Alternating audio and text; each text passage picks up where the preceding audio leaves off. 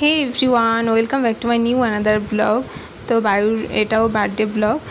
আর বার্থডের আগের দিন এখানে প্যান্ডেল করা হয়েছিল, ওখানে রান্নার জায়গা, এখানে হচ্ছে খাওয়া দাওয়ার জায়গা করা হয়েছিল। আর এখানে এই সামনে এখানে বায়ু বসবে বলে এই জায়গাটা করা হয়েছিল।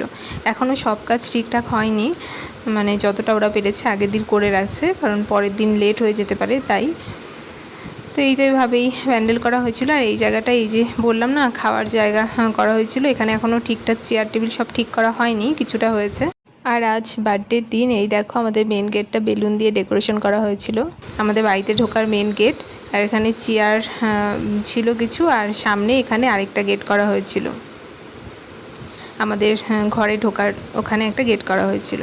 আর এই যে সামনে এখানে বায়ুর বসার জায়গা করা ছিল। বার্থডে বয় কিন্তু দাদানের কোলে রেডি হয়ে আছে কেক কাটিংয়ের জন্য। আর সামনে ওই 1 থেকে 12 মান্থ অবধি ওর সব ফটোগুলো সামনে ওপরে লাগানো হয়েছিল। আর এই কেকটা না আমি কাস্টমাইজ করিয়েছি আমাদের ড্রেসের কালারের সাথে।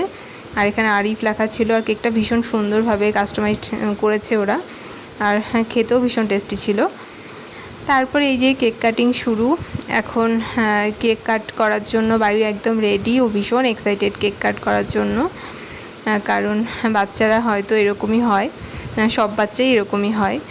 তো এই যে কেক কাটিং হলো। আর আগের দিন যেহেতু ডক্টর দেখিয়েছিলাম ওর শরীরটা ভালো নেই, ডক্টর বলেছে কেক একদমই ওকে দিতে না, কিন্তু কি করা যাবে, বার্থডে বলে কথা।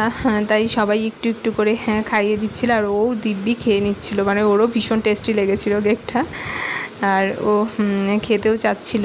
আর সবাই একটু একটু করে দিচ্ছিল, আর আমি আর না বলিনি, কারণ একটা দিনই তাই অল্প অল্প করে দিচ্ছিল, ও খাচ্ছিল অল্প, একদমই অল্প।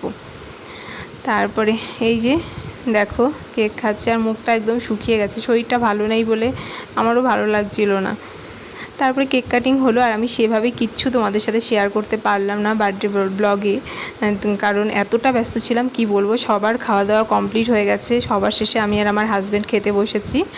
আর একদমই খেতে পারিনি, কারণ এত রাতে প্রায় 1টা মতো বাজে, আর একদম খেতে পারিনি, তাই একদম ভালো লাগছিল না খেতে।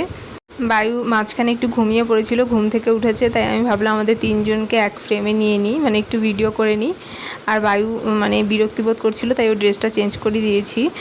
তো বায়ুর বার্থডে ব্লগগুলো তোমাদের কেমন লাগলো অবশ্যই জানিও। আজকের মতো এটুকুই, সবাই ভালো থেকো, সুস্থ থেকো, টাটা, বাই।